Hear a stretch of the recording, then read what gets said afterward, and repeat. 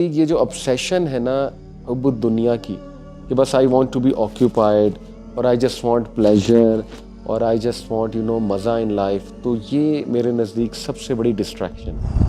What is that one habit that pushes them to commit sins? या उनको पता है कि मैं बाहर जब भी तन्हाई में फ़ोन यूज़ करता हूँ मुझसे गुनाह होता है। नहीं, मैं जब भी फ़लाँ दोस्त के साथ बैठता हूँ मुझसे मेरा ईमान डाउन होता है।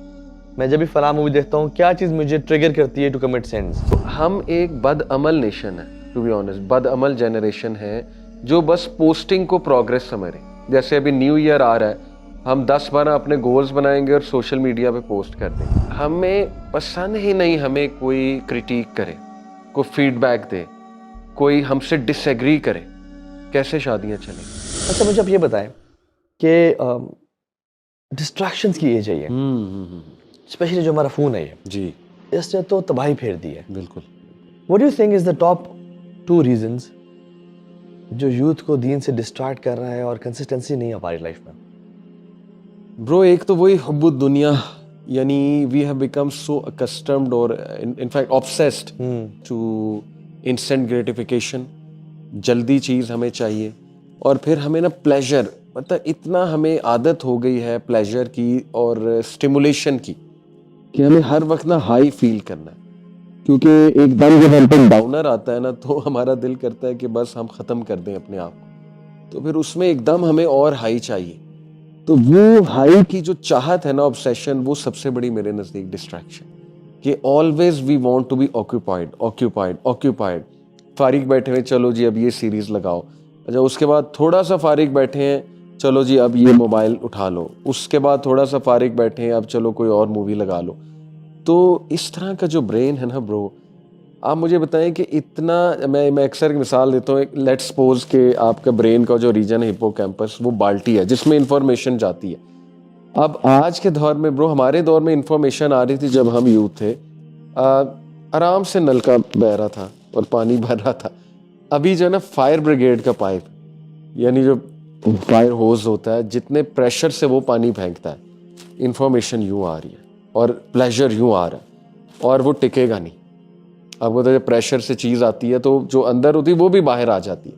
तो यही हो रहा है कि वो एकदम फिल तो होता है लेकिन फ़ौरन निकल आता है और उसके बाद अगली चीज़ आ जाती है। तो मेरे नज़दीक ये जो ऑब्सेशन है ना हुब्बुद दुनिया की, कि बस I want to be occupied और आई जस्ट वांट प्लेजर और आई जस्ट वांट मज़ा इन लाइफ, तो ये मेरे नज़दीक सबसे बड़ी डिस्ट्रैक्शन है। अच्छा, इसमें ना मुझे एक चीज़ रियलाइज़ हुआ कि बात करते करते मुझे कि हमने जो टूर्स हम करते हैं, लेक्चर्स करते हैं, ये कितने साल हो गए हैं जी ब्रो। अभी तक वही सेम क्वेश्चंस।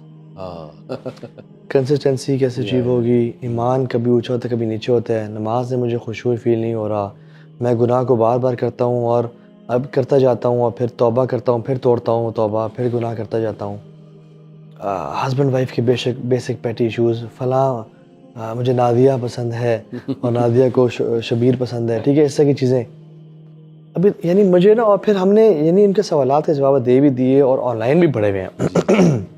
ये शायद आप भी बता रहे थे कि जब नुमान अली खान पाकिस्तान आए थे तो उनसे भी सेम क्वेश्चंस किए गए। मैं यूनिवर्सिटी गया, वहाँ के टीचर ने मुझे कहा कि सर मेरा रोने का दिल कर रहा है। वो he was in Q&A session, कहते सर एग्जैक्ट यही सवाल लास्ट ईयर भी थे।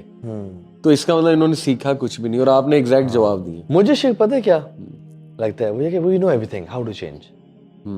यूथ जनरली जी they know how to change. सही। They don't know the whole deen knowledge, वो बड़ा shallow है, but they know how to change. What is that one habit that pushes them to commit sins? या उनको पता है कि मैं बाहर जब भी तन्हाई में फ़ोन यूज़ करता हूँ मुझसे गुनाह होता है। सही। मैं जब भी फ़लाँ दोस्त के साथ बैठता हूँ मुझसे मेरा ईमान डाउन होता है।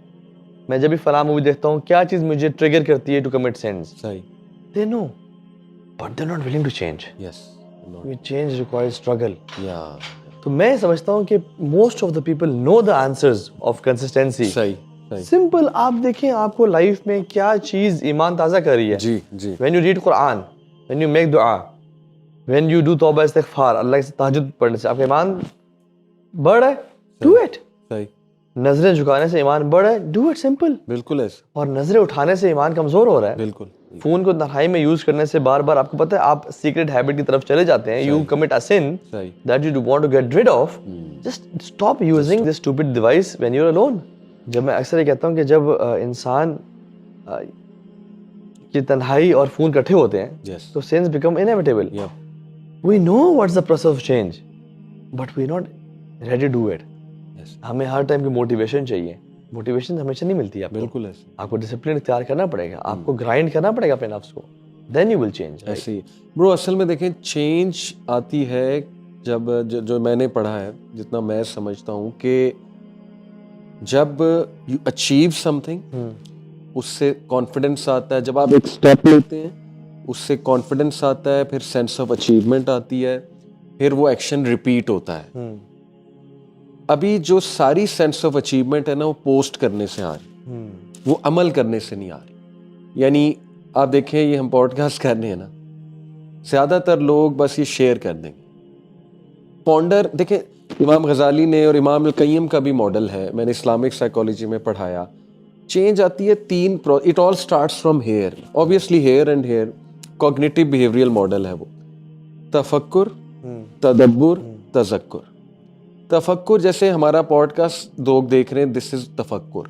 तदब्बुर आपको बेहतर पता है, अरेबिक माशाल्लाह आपकी अच्छी है, इसका जो रूट वर्ड है दुबर, I think it means the end of something. तो तदब्बुर है किसी चीज के कॉन्सिक्वेंसेस सामने रख के गौर व फिक्र करना, और तज़क्कुर तज़किरे से है, यानी कि उसको नोट डाउन करना और उसको रिपीट करना। आप देखें कि जब हम ये डिवाइस यूज करते हैं, एक चीज शेयर कर देते हैं, तो ना उसमें तफक्कुर होता है, ना तदब्बुर, ना तज़क्कुर। वो चीज शेयर हो जाती है, लॉस्ट हो जाती है, और ब्रेन जो है ना वो आगे मूव करता है कि अब नेक्स्ट चीज जो है क्या है, और उससे सेंस ऑफ अचीवमेंट भी आती है। तो हम एक बदअमल नेशन है, टू बी ऑनेस्ट, बदअमल जनरेशन है जो बस पोस्टिंग को प्रोग्रेस समझ रहे। जैसे अभी न्यू ईयर आ रहा है, हम 10-12 अपने गोल्स बनाएंगे और सोशल मीडिया पे पोस्ट कर देंगे, और उसके बाद जो है ना वो कूड़े के बिन में चले जाएंगे वो गोल्स। ना उन पे तदब्बुर होगा, ना तफक्कुर, ना तज़क्कुर होगा, और बस लाइफ इसी तरह चलती रहेगी। तो ब्रो मेरे तो नज़दीक में बहुत बड़ी बात करने लगा हूँ, मेरे तो नज़दीक फितना दज्जाल की बहुत बड़ी जो है ना वो आप कह लें वन ऑफ द वेपन्स, वो ये डिवाइस है, the way it's shaping our brain. और इंटेलेक्चुअल पैरालिसिस हो चुका है, ह्यूमैनिटी को इंटेलेक्चुअल पैरालिसिस है ब्रो। अभी तो मैं भी चाहूँगा आप इस पे रोशनी डालें, नार्सिसिज्म इस जनरेशन में कितना है, नार्सिसिस्टिक बिहेवियर, और इससे शादियां कैसे टूटेंगी। यानी हमें पसंद ही नहीं हमें कोई क्रिटिक करे, कोई फीडबैक दे, कोई हमसे डिसएग्री करे, कैसे शादियां चलेंगी। यानी हमारी जनरेशन की ब्रो लव की डेफिनेशन पता है क्या है, कि लव का मतलब है कि अगला बंदा बिछ जाए मेरे सामने और मेरी हर बात माने। जैसे ही उसने मेरी कोई बात से डिसएग्री किया तो ये लव नहीं है। और देखें आज तलाकों की बहुत बड़ी वजह यही है, स्पेशली माइंड ना करें बहनें, सिस्टर्स में नार्सिसिज्म बहुत ज़्यादा है, नार्सिसिस्टिक बिहेवियर बहुत ज़्यादा, क्योंकि उन्हें ज़्यादा लाइक्स मिलते, उन्हें ज़्यादा जाहिर है लोग पसंद, जाहिर है जब पिक्चर्स डालनी और ये सारी इवन पोस्टें भी करनी, इवन हिजाब में भी अगर आपने कोई इस तरह की चीज़ें बनानी है, आई मेकअप करके बहुत ज़्यादा और ओवर एक्सप्रेसिव होके, यू शुड नो कि it will lead to narcissistic behaviour, और फिर बड़ा मुश्किल हो जाएगा आपके लिए। इसीलिए ये जनरेशन कहती है toxic toxic, parents toxic, relatives toxic, फलाना टॉक्सिक। क्यों कहते हैं? क्योंकि ब्रो देखें पेरेंट्स क्यों टॉक्सिक हैं, क्योंकि पेरेंट्स जो है ना वो डिसएग्री करते हैं, पेरेंट्स कुछ नसीहत करते हैं, तो बस जो भी नसीहत करेगा वो टॉक्सिक है, अल्लाह माफ करे। तो दिस इज स्केरी। और शेख ये टर्मिनोलॉजीज बड़ी डेडली हैं ऐसे ये जो इजाद हो गई है ना जी, और लोगों को इन टर्मिनोलॉजीज की डेप्थ का नहीं पता जी कि उनके ट्रेड्स किस किस तरह के होने चाहिए to prove them to be a toxic person, सही सही, और to be a gas lighter. Yes, ठीक है, he is gas lighting me. Yes ठीक है, और भाई जो बंदा आपसे आर्ग्यू कर रहा है या फॉर एग्जांपल वो रोज गैस लाइटिंग कर रहा है, हर बंदा गैस लाइटिंग नहीं कर रहा होता। सही बात, या इवन हर बंदा भी नार्सिसिस्टिक नहीं होता जी वो एक स्पेशल ट्रेट है जी हाँ, जो आइडेंटिफाई किया तो उससे नार्सिसिज्म। लेकिन हमें चूंकि ये हमने 2-4 वीडियोस देख के मूवीज देख के पता लग गया इन टर्मिनोलॉजीज को, यस, और हम हर किसी को लेबल करते फिर रहे हैं कि ये अल्लाह। टॉक्सिक है, और ये गैस लाइटिंग कर रही है, ये फला फला पर्सनालिटी ट्रेट हुआ है। ट्रू तो ये तो बहुत बड़ी रीज़न है। और मैं समझता हूँ कि एक और जो रीज़न मुझे समझ में आती है जी